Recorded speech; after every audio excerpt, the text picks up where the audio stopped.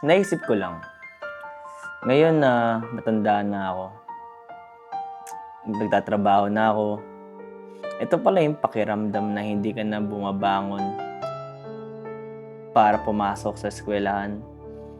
Ngayon nare-realize ko na sobrang saya pala maging estudyante na walang iniisip, papasok ka lang, mag-aaral, pag-uwi mo, tatambay, kasama barkada, uuwi. Pero ngayon,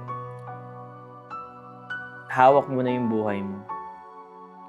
Hawak mo na kung anong gusto mong mangyari sa buhay mo in the future.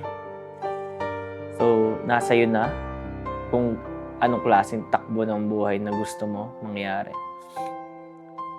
Tama nga yung mga magulang natin na huwag ka masyado magmadali magtrabaho kasi hindi ganun kadali na kumita ng pera.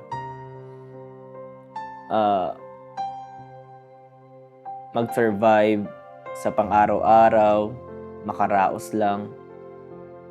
Ngayon na minsan naiisip ko, ano kayang pakiramdam pag bumalik ulit sa panahon na nag-aaral ka lang? High school, college, grade school. Minsan naaalala ko yung mga panahon na yun.